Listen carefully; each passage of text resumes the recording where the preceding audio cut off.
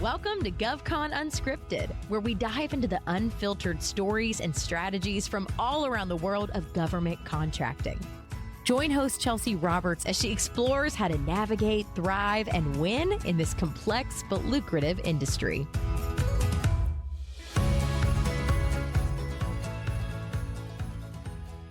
All right. Hey, everyone, and welcome back to GovCon Unscripted. I'm your host, Chelsea Roberts, CEO of Collaborative Compositions. And today I've got with us Kris Brinker, co-founder of Ocean 5 Strategies. Kris, who are you and what do you do? Thanks, Chelsea. So I'm co-founder of Ocean 5 Strategies. My partner is Simon Turner, and we founded the company and run it together.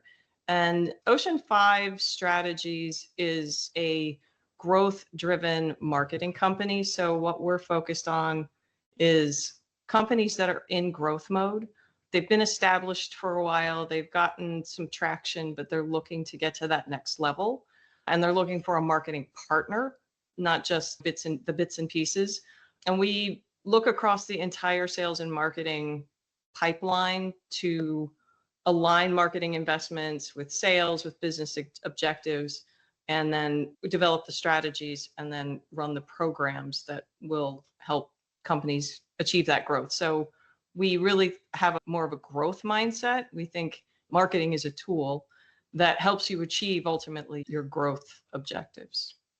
Now, when we talk marketing, I think marketing is kind of a vague term, and it's not quite clear to everybody, or at least to me, what all marketing includes. But you guys really address the brand issue behind the marketing. So putting out a full front of adequate and mature brand guidelines, images, representation. So what all do you cover?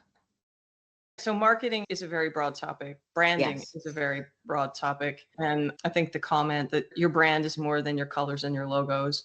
And it really is about who you are and what you are as a company and how you show up, not just the outside world. So not just the people that you're marketing to, but also the internal. So part of that is your internal corporate brand. Who are you to your employees? Who are you to your leadership? And so the brand messaging can get split into two different, is it external or is it internal? And there's the visible brand, and then there's the messaging. So we might be talking about the website. There's two elements. There's the messaging, the words on the website, how you say what you say, and then there's the visuals. So that combination, and then just how you show up in public. Interesting. So it really wraps in company culture too, and brings in a lot of the internal factors. So that's really interesting. Brands these days, I feel like, are changing all over the place. We've got companies that are rebranding, going through image changes, going through a whole cultural shock shift based on the new economy that we're finding ourselves in. How do you feel like you're helping companies the most transform their brands? Yeah, that's a good question and a kind of a good summary.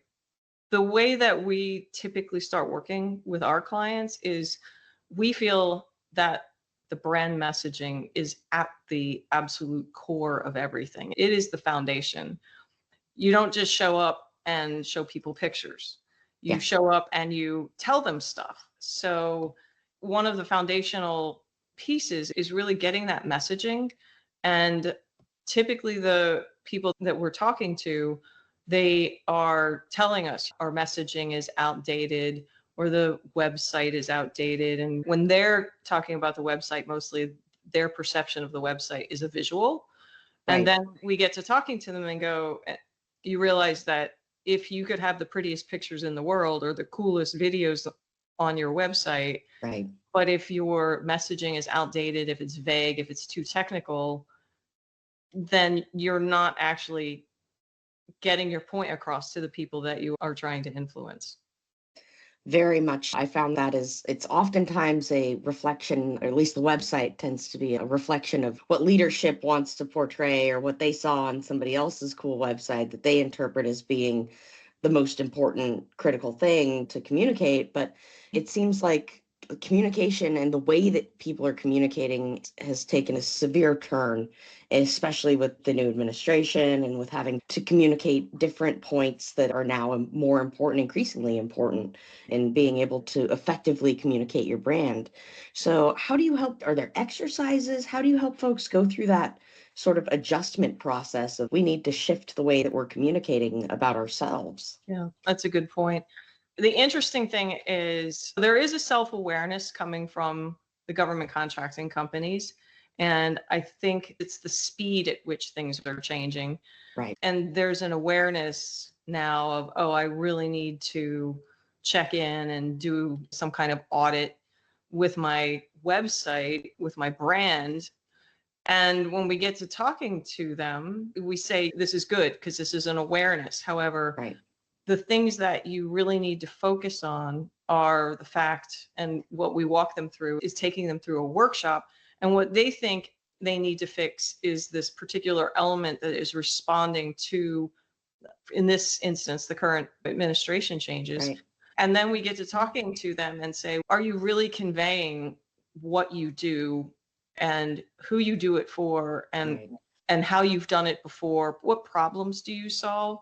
So it's not really about just fixing. And then they go, oh, we have a bigger problem than we Yeah, thought. I bet. So it is. And when we work them through that process, that we have a formal workshop that we work people through, and the aha moments where they realize, oh, we just never thought about it that way, or, oh, yes, we are a technology company and we now realize that if you go to our website, we're talking to ourselves, and that's not actually the people that are coming to our website or reading our messaging in whatever, whether it's a pitch deck or it's your capability statement. So I think there's some light bulbs going on that's leading to a much larger symptom. Yeah, I would bet. I can't count the number of websites, capability statements, capabilities briefs that I've seen that you can truly tell that they are talking to themselves because it's their reflection of what they do to themselves, what satisfies them, as opposed to thinking about it from a more customer-oriented, customer-facing perspective of this is what they're looking for, this is what they think that we do, this is how we are projecting ourselves in their minds. And I think that oftentimes a disconnect there between what you think that you're doing well and what your customer thinks that you're doing well. So getting those split ends reconnected and really making sure that the messaging is continuous throughout all of your assets and your marketing materials, especially at this point, probably really important, I would guess. And you're spot on. And it's very understandable. The most common perception of your own company is here are the things that we do. Right. These are our services or products. These are the things that we do. And most often the individuals that are coming in contact with your company, whether you show up at a trade show, whether they're reading your capability statement, whether they're going to your website, they're not really interested in what you do. What they're interested in is, how do you solve my problem? It's the people that are interacting with you, they're like, okay, you're running a company, great, but it's all about me. How are you going to help me? It's great to hear about your products and services, but you have to connect the dots to say, here are the problems that we understand that you have because we've done the research and we're not wasting your time. We actually have looked into what problems are you trying to solve. Here's how we've solved those exact problems for somebody else. And here's how we do it. These are the services and the products that we have. And that's where these aha moments come in. And then also realizing that for government contractors, talking to the people that are in the procurement process, the people that are in the contracting process, sure, that's that's your bread and butter and that's who pays you. But in order to grow your business and to stay in business, you're also needing to send that messaging out, create that messaging for teaming partners and for potential employees, for top talent. And it's a multiple facet, because by getting that messaging right, And the website is just the most visible piece of, call it collateral, that you have. It's your window to the world, and it is where all of your marketing efforts should come back to. But when the government decision makers are coming to your website and they go, oh, look, they look like a company that can attract the best teaming partners. They look like a company that can that can attract the best talent. And you look like you're going to be around to actually fulfill my mission and fulfill my contract. Yeah. And that's your brand. We are professional, we are experienced, we have past performance, and we can hire the best people and team with the best partners. So it sounds like there's a level of trust building that you've got to undertake here and really implement some measures to help you gain some more trust between multiple stakeholders. It sounds like you've not only got your procurement officials, your end users, and your government side, but it also sounds like you're trying to build trust with potential employees, potential teaming partners. How can you translate that we need a better website into we need to build trust with people? Exactly. And that 100%. The website, your capability statement, your pitch decks, they're all tools. And you use those tools to build brand consistency, brand trust, brand visibility, brand awareness. And one of the biggest problems that we do see is, hey, there was this aha moment. We really need to focus on improving our website.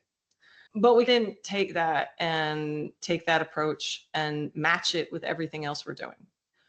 And maybe we worked on some messaging and we got it on the website, but we didn't take the effort to actually make our entire leadership team aware of the messaging, or we didn't convey that messaging to the employees, to the talent that's actually boots on ground doing the day-to-day work.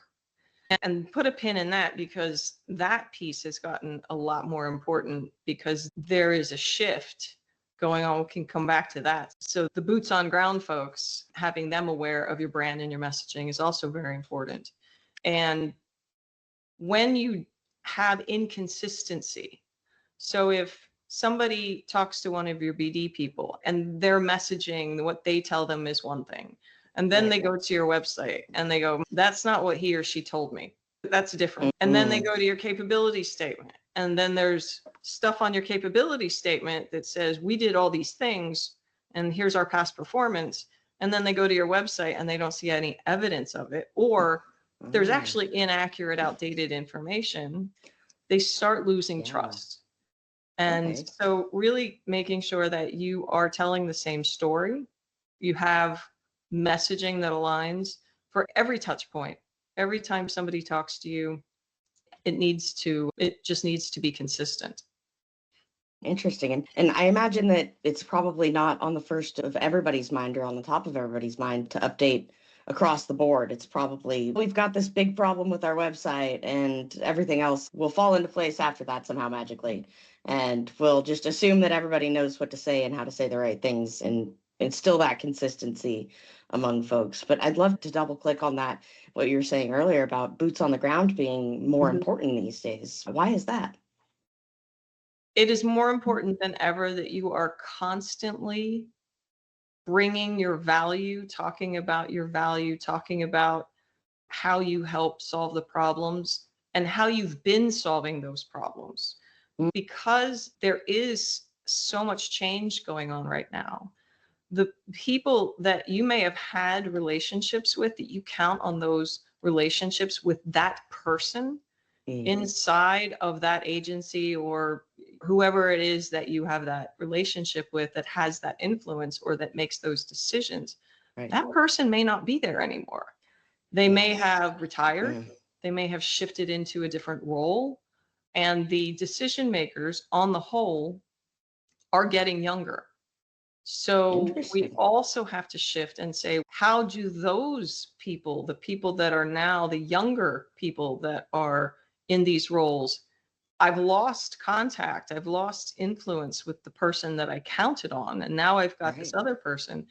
And they may not even be aware. They may have stepped into a role and they're not even aware of what you do or what you've been doing for them. So when things come up for a recompete, you have to continually sell your company from within. And that is a big difference. We do a lot of research and we go to a lot of industry educational presentations. And there are surveys, there have been surveys where this information has risen to the top. And it's super important now more than ever.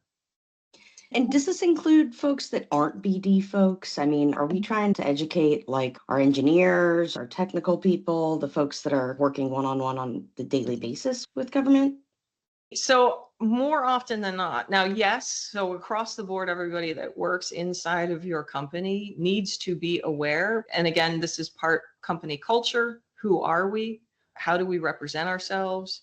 So yes, across the board, making sure that all of your people are aware of the branding, the brand message. Technical people, the actual technical people doing the technical stuff are typically talking to other technical people, so they can Right. actually speak the same language. They Sure. understand each other. Yeah.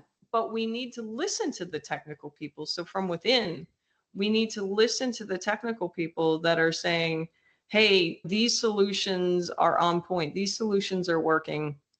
These solutions are working better than other solutions. So actually getting feedback from bringing in the subject matter expertise from the technical people, bringing in the subject matter expertise from business development, actually tapping into these people and understanding what their problems are. Like, what are your problems? Because we need to also pay attention in marketing and the messaging. Here are the challenges that our BD folks are having. Here are the challenges that the technical folks are having. And how do we position the marketing so that we're paying attention to that?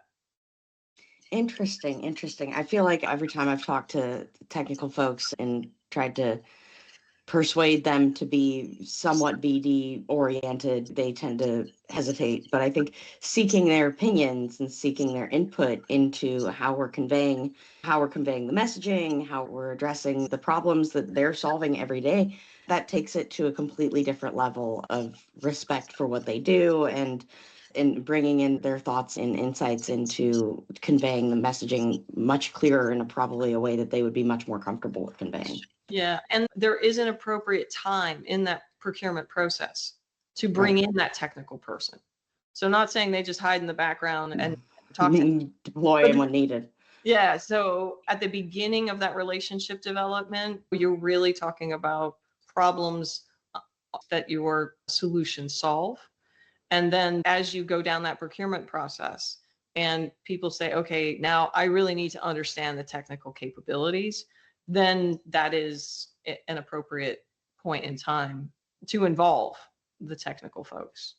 So there is a time and place for technical language. There is a time and place to convey that more mature content that might be a little bit more oriented at the folks that are experiencing these problems day to day.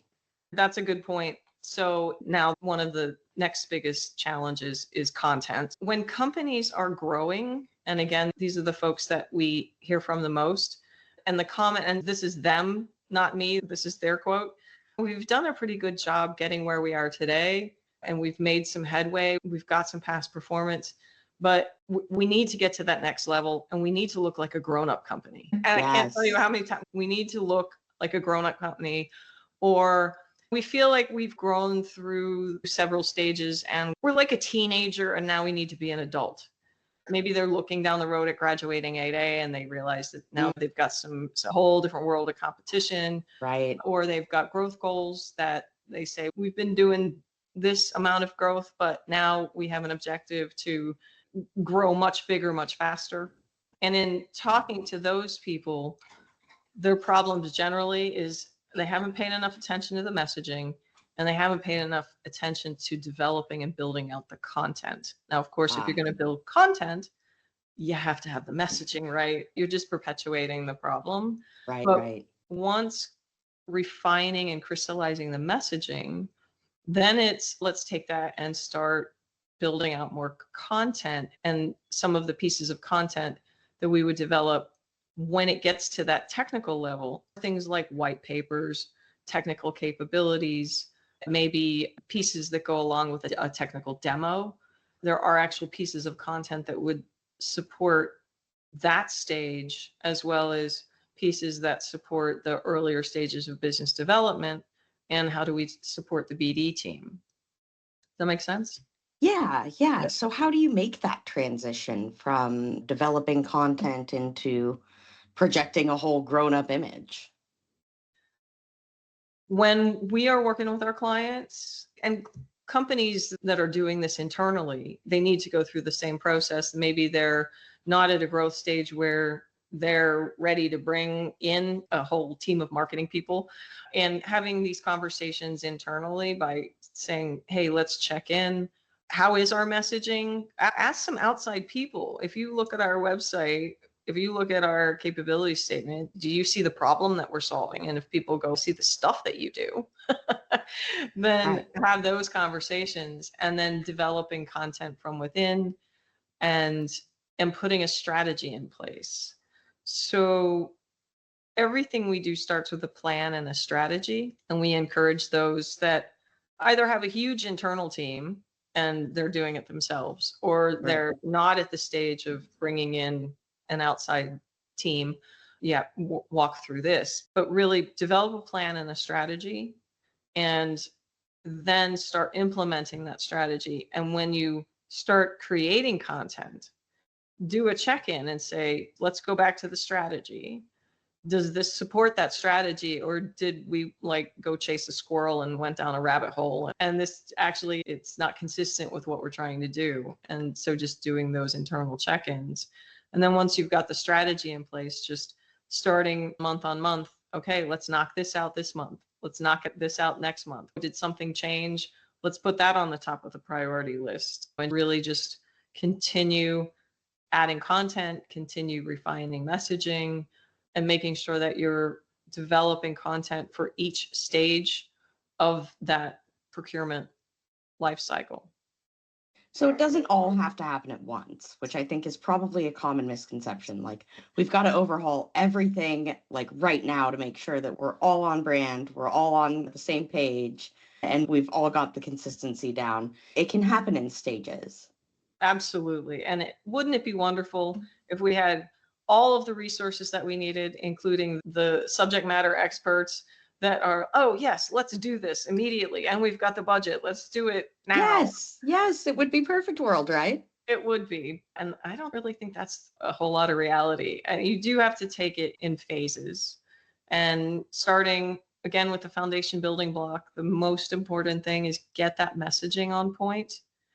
Get the messaging talking to the right people, talk about problems over what you do. And then we typically start focusing next on the website, simply because it is the biggest piece. Sure. It's the most visible piece. It's where everybody winds up going at the end of the day. And oh, by the way, the comment that I surprisingly still do hear, and back to one of your original points, is, oh, nobody looks at our website. Nobody actually looks for us online. And I don't know where they're getting that information. I've heard that a lot lately. So we, Ocean 5, we spend a lot of time not just listening to ourselves, but we are out, we go to these industry presentations, and we're talking to the people that you are actually trying to influence. We're talking to the contracting officers. We're talking to the other folks that are in the procurement process, and asking them flat out, hey, where do you go for information? And Market Connections did a survey, and I think the numbers have grown even since the survey, but at the time, 82% of government decision makers that they surveyed said that the company website is one of the most important resources that they use when making decisions at several points in that decision-making phase. And then when I actually say, I've heard so many times, this is to the government decision makers, I've heard so many times people from the government contracting company say, our website doesn't matter, nobody's looking at it. Yeah. And who cares about search engine optimization? Because that's not how we sell, that's not how we build relationships. And they look at me and laugh and say, do they understand what century we're in and that we are actually human beings? And of course we use the Yeah. internet. I Google things all the time. And so do they. So yeah, really needing to embrace that the world has changed from a decade plus ago, which I think some people are still in that mentality that this is the way we did things a decade ago, and that's the way it is. But things are definitely changing. Yeah, and I find that even in this day and age, sure, there are companies that have made it or that make it pretty far without a web presence, that make it fairly far without having a very broad inside look at what they're doing. But those companies are doing it very specifically and they're doing it very intentionally with the thought in mind of what's referred to these days as a stealth company.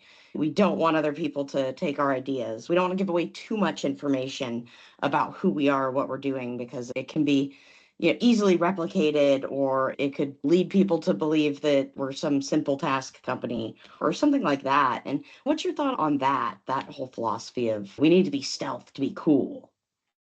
That is a very good point, and it can be a very valid point. So the flip side of, hey, you need to have all your presence out there and you need to spend time and budget refining your marketing and your outreach.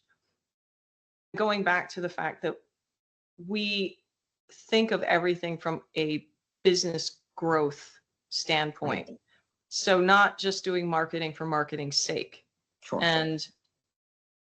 And there are people that just are advised, hey, you have to do marketing. When I talk to companies and they are trying to decide with that question is, we've come this far. Why do we need to invest in marketing now? We've come this far. Our question to them is, if you can look at the growth that you have been incurring over time, doing what you're doing, if you continue doing what you're doing, are you going to meet your growth goal? And if the answer is yes, why would you spend money on marketing? Which seems, oh my God, did you just say that? But yeah, if you can continue doing what you're doing and you can see a direct line from what you're doing today to meeting your growth goals, or if growth is an option. I've talked to some business owners where they come to us and they say, we'd really like to grow this company, $20 million in annual revenue, or not, because we're doing okay. Then the question is, if growth is an option, perhaps you need to double think how much you're really wanting to invest in marketing if growth is an option. If it doesn't matter, if you go, life will look like this and we're happy with it if we don't grow, and life will look like this and we'd be happy if we do grow. I'm going with, if you'd be happy and you don't have to spend money. Yeah. And you're not going to hear that from a marketing company. Yeah, I bet. Because the key to a lot of people is do marketing. And what we are constantly checking in with is, what is your growth goal? What is the problem that you're trying to solve? Government contractor, what problem are you trying to solve? So really trying to focus marketing on some sort of, and I got to say, I hear this all the time, there's no ROI in marketing. We can't possibly see any direct correlation between achieving our goals and the marketing stuff that we're doing, because marketing's so nebulous. And I know that's not the case. I'm sure you know that's not the case, but making sure that you're tying your marketing efforts to some defined goals, to some authentic direction and some measurables, some outcomes. Definitely. And in starting a marketing program, in starting a marketing plan, getting a baseline. So putting a line in the sand and really get into, say, here's where everything is today. Here's how things have been growing in the past. Let's mark that down as a baseline. And then moving forward, how do things change? How are things improved? What's working better? And what do we need to invest more in? Because we see, oh, that thing that we're doing is actually driving a lot more results. Whatever your KPIs are and you need to set in advance, very specific KPIs and have everybody agree on the Yeah. KPIs that you're going to be measuring. To say that there's no way to tie it to ROI, it's complicated. And Sure. everybody has to be on the same page. So your business development folks really need to be in alignment with marketing, and probably anything that's related to like a digital platform. So if you Right. are, and not search engine optimization is not appropriate for every government contractor. I'll just put that right out there, because that's the biggest. It's like we don't need search engine. Some do for specific reasons, and Right. a lot of times you're right. So the advantage of something like pay-per-click advertising or search engine optimization is you can actually see results. You can track that. Right. And then on the flip side is, yeah, actually being able to completely tie marketing activities to ROI. So we use this as an example, because people say, what ROI am I going to get on my website? If I invest all this time and budget into my website, what's the ROI going to be? And our response is the website is a tool. So the Sure. website allows you to get your message out. It allows you to do business. If you are building a house, you have to get a truck, because if you Right. don't have the truck, you can't get your stuff to the site to build the house. But there's no ROI on that truck. But if you didn't have the truck, you couldn't actually make money. So the website is like that. It's a facilitator. It's a tool. And a lot of marketing is that you can measure and connect. Say if we're doing, and I'm just going to use examples because there's all these tools. There's the website, there's your content, there's social media, email campaigns, public relations, pay-per-click, and all that. So there's all these different tools. Let's just pick on social media. Right. If you say, all right, we're going to start running some social media campaigns, and you're measuring engagement, and you say, okay, here's the baseline, here's where we started, and now let's measure for the next 12 months. And sorry, yeah, waiting a month to see what happens is it's not, it doesn't happen. Things don't happen overnight. Sorry, I know everybody wants them to. But if we begin to measure engagement, we measure activity, and then we say, okay, we've been driving engagement month on month, that's been going up. And again, 12 months, because of the sales cycle, you're still not going to see instantly. But maybe you can talk to your business development folks and say, we've actually been having more conversations. We've actually had more opportunities to have conversations. But again, that takes two different departments talking to each other. And then eventually also bringing finance in. And we're typically working with the C-suite, the top level, and encouraging those conversations. If you can get those departments to cross-communicate, then your chance of really connecting what we're investing into, how that's impacting, you have a much greater chance of that. But everybody needs to be rowing in the same direction. And that goes back to brand to a degree, brand messaging, making sure that everybody is rowing in the same direction. Absolutely. And so I guess, first of all, if folks want to get a hold of you to figure all of this out for themselves, how do they do that? You can get a hold of me if you just want a basic outreach. We have a contact form on our website. You can email me directly. So our website is Ocean5, the number 5, strategies. Strategies is plural. So ocean5strategies.com. And if you fill out the contact form, inevitably it's going to be me that responds. And it's helpful, not trying to say, oh, don't email me. If you are looking to have a conversation, it's helpful to me to go ahead and fill out the contact form, because there are some questions that will give me context so we can make the most of the conversation. So there's contact information. I am everywhere. If you show up to some trade events, you'll probably see me there, because I'm always out there keeping finger on the pulse. Perfect. And you're on LinkedIn too. You share some very valuable content on LinkedIn. Thank you. Yes, you can definitely connect with me on LinkedIn. I guess we'll be putting that contact information It'll be visible. all in the show notes for everybody to find. So even if you're at the beginning stages and just thinking about getting some marketing materials together, if you're on the fence about diving in and starting to engage in a marketing, or starting to engage a marketing expert, or if you're just starting to think through a marketing plan, Kris's LinkedIn, their website, invaluable resources for absolutely fantastic information. You guys put out some great blogs, some great informational posts on LinkedIn. And if you're interested and if you're ready to dive in and start the conversation with a company that's going to lead you in the right direction, that's Ocean 5 and that's Kris's company. So absolutely, definitely reach out. Thank you. Yes. And you actually brought up another good point. Because we know that we are working with companies that are in typically a more mature phase, we have developed so much material. We have a Learning Labs library that has a bunch of stuff you can download. We try to fill our blogs with helpful information to help the folks that still do have to do it themselves. And I'm happy, honestly, I'm happy to talk to anybody for an hour. So even if you are still on the smaller side, my personal Kris Brinker brand is try to help everybody one way or the other. So we have developed a lot of content and a lot of assets that will help folks.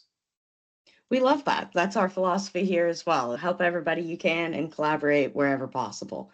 So this has been a fantastic conversation, Kris. I'm sure our audience is going to find this incredibly helpful for making moves and going forward and building out their trust in their brand and trying to come to realizations with the maturity of their government contracting brands and brand assets. So I sure hope folks take the opportunity to reach out to you. And awesome. This has been a fantastic conversation. Really appreciate you hopping on. Thank you so much. I really do appreciate it. Awesome. You have a great rest of your day, Kris. Thank you so much again. Okay, thanks so much. Thank you for reaching out.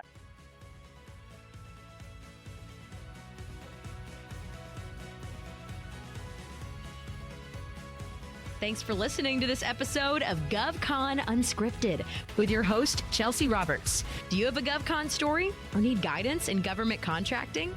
Connect with Chelsea on LinkedIn to be a guest on the show or to enhance your business strategy.